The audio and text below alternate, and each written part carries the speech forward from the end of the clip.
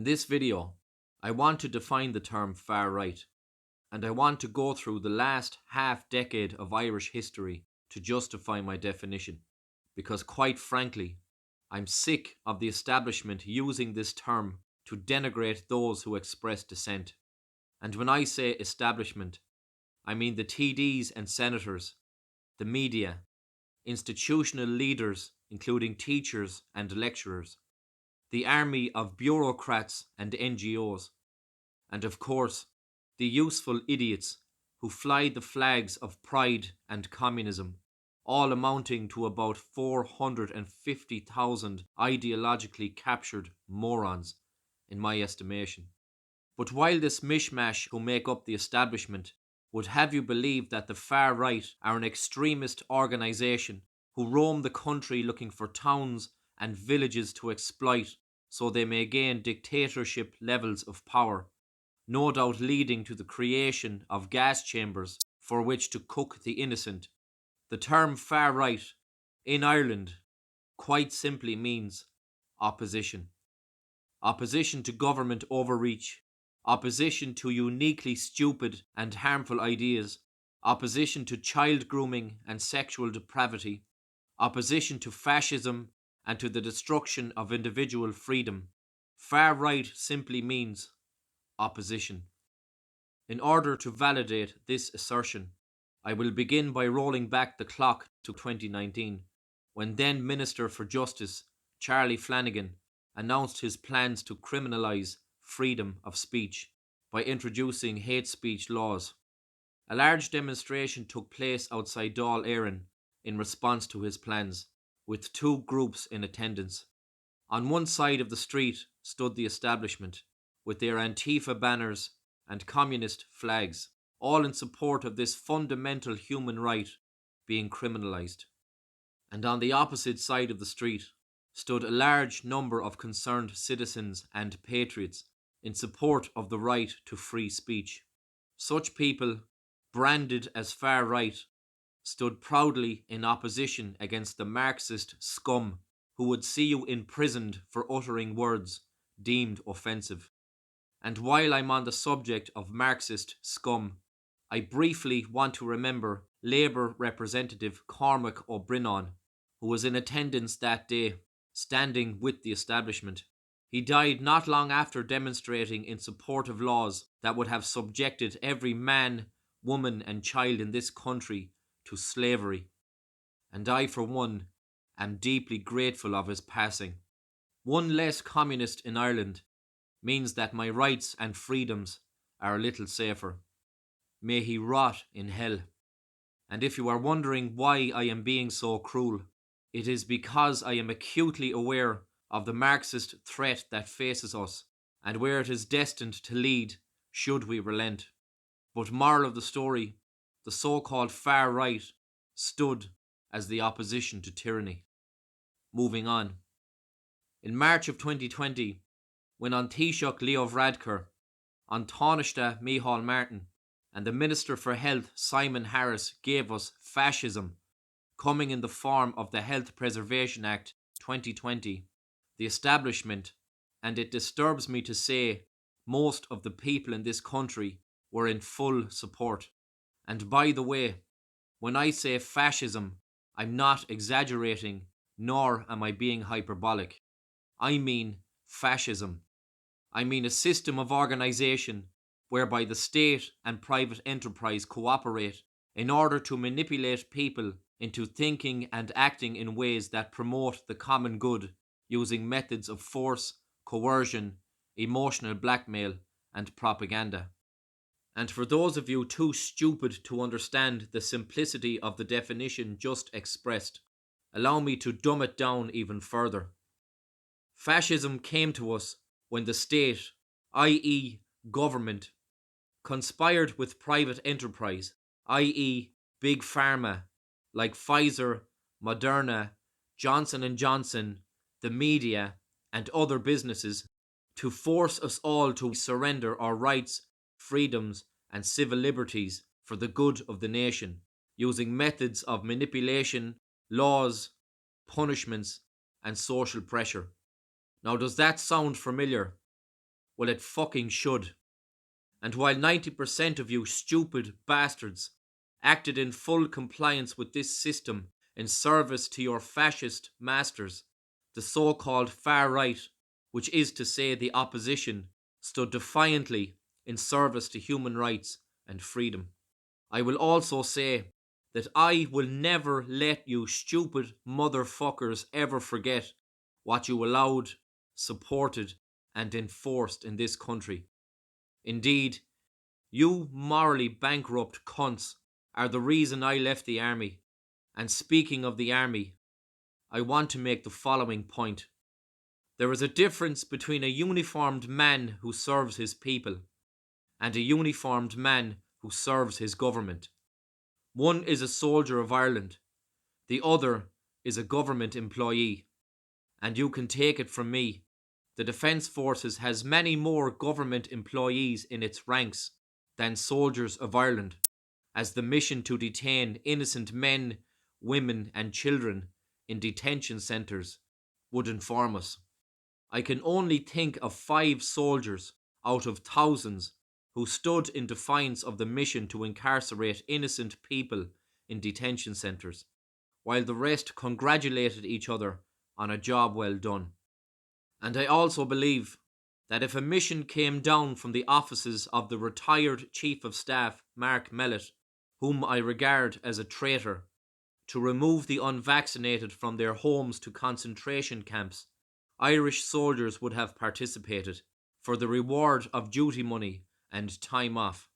I digress. But returning to my point, while you dumb fucks were fooled into supporting a system of fascism disguised as health measures, shoulder to shoulder with the establishment, the far right stood in opposition and protested relentlessly for 716 days in service to freedom. Before moving on, I wish to say the following. These laws were such an egregious trespass against human freedom, civil liberty, and common decency that it should warrant the reintroduction of the death penalty for treason. And shame on all of you ignorant fucks who felt you needed a system of laws and punishments to instruct you to wash your hands, manage yourself considerately if you felt sick, and to tell you not to cough in your granny's face or risk facing a prison sentence. You pathetic, infantilized fucking wasters. I truly despise you beyond all comprehension. You're gonna be alright. Stanley, listen to me. I have SARS.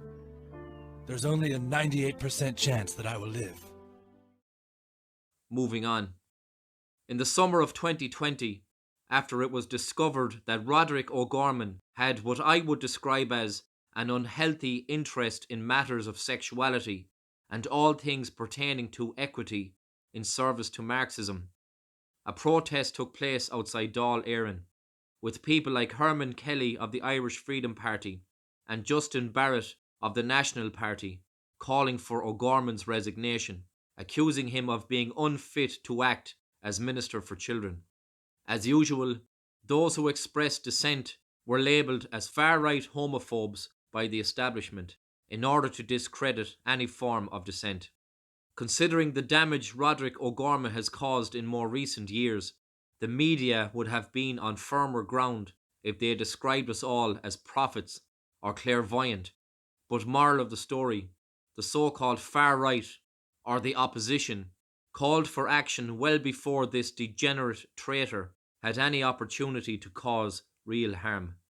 Indeed, the damage this man has caused with respect to child safety and open borders is incalculable, but nobody listened. Moving on. In early 2022, the Russia-Ukraine war miraculously commenced as the fascist Health Preservation Act came to an end, giving then Taoiseach Micheál Martin an opportunity to open Ireland's borders to people fleeing war, as he described. Of course, issues of national security, which is to say, our safety as Irish citizens, were to be cast to one side to appear virtuous, which this following interview will show. The security services here have reportedly warned the Home Secretary not to water down security checks. You in Ireland have welcomed already something like 2,500 Ukrainians so far. Have you conducted security checks on them? We've had about 5,500 5,500 into Ireland at this stage. No, we will monitor and so on, but no, our primary impulse is to assist those fleeing war. And needless to say, this deliberate act of relaxing security checks, coupled with Roderick O'Gorman's message to the world, advertising our willingness to help an uncapped number of foreigners using our money and resources, has served to direct our once beautiful country towards a dystopian future of multiculturalism, social unrest, and tyranny. And while the Marxist establishment marched on the streets chanting, "Refugees are welcome here," the far right, being prophetic in its predictions once again, stood in opposition. Moving on. In April of 2023, Helen McEntee thought it was a good idea to pick up where Charlie Flanagan left off and attempted once more to criminalise freedom of speech and then some. Under her legislation, supported by 110 TDs, not only did she want to jail you for hurty words, indeed, noises that come from your face, but she also wanted to violate the sanctity of your home by granting Gardaí the right to raid your home for any material deemed to be subjectively hateful. When you think about it, all law, all legislation is about the restriction of freedom. That's exactly what we're doing here, is we are restricting freedom, but we're doing it for the common good. You will see throughout our Constitution, yes, you have rights, but they are restricted for the common good. Und damit kommen wir überhaupt zum Problem Freiheit. Freiheit, jawohl! Soweit das Interesse der Volksgemeinschaft den Einzelnen Freiheit gibt, ist es ihm gegeben. Dort, wo seine Freiheit die Interessen der Volksgemeinschaft tangieren oder gar beeinträchtigen, hört die Freiheit des Einzelnen auf, dann tritt die Freiheit des Volkes an die Stelle der Freiheit des Einzelnen. Much like the fascist Health Preservation Act, it is my honest belief that such levels of government overreach constitute war on the Irish people and warrants punishment worthy of a traitor. And just like in 2019, standing in opposition to the Marxist establishment, the far right expressed dissent in service to freedom. In May of 2023, when the state updated the school curriculum to include teaching matters pertaining to sex, sexuality, gender, race, diversity, equity, and inclusion under the guise of social, personal, and health education, the so-called far right stood in opposition for reasons that should be obvious. And to be honest, at this stage of the game, if you think it's all right to teach children about matters of sex or sexual intimacy, or that there are more than two genders, or things like white privilege and social justice, then you are quite simply in support of child grooming, and therefore part of the problem. Indeed, one only need to take a quick look at places like Trinity College Dublin, UCD, or the University of Galway to understand that such places are basically Marxist retard factories, whose end product is a nutless social justice warrior with blue hair.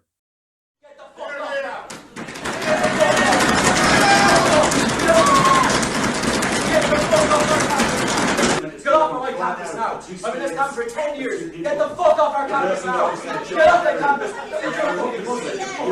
Get the fuck off our fucking campus. You're fucking piece of shit. Get the fuck off our campus now. Get off the fucking campus. But again, I digress. Moral of the story, while the Marxist establishment is attempting to sexualize and brainwash the next generation, the far right stands firmly in opposition. Moving on to the family and care referendum and the attempt to give us open borders through the expansion of the definition of the word family and the attempt at making way for the queering of Irish society by removing all mention of womanhood and motherhood from our Constitution. The so-called far right, who campaigned against the well-funded machine that is the state apparatus, were victorious in persuading the public of the dangers of changing our Constitution and won a historical victory. Don't be a muppet. Vote yes, yes on March the 8th.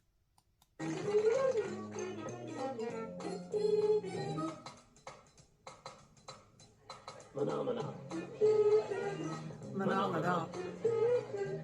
Mana, mana. Vote yes. In closing, I wish to say the following.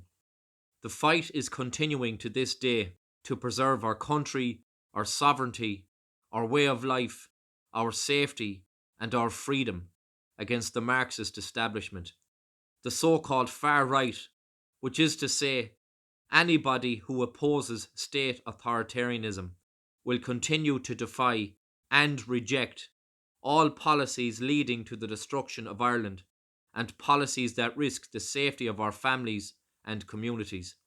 If you act in service to such pursuits, don't shy away from being called far right. Own it.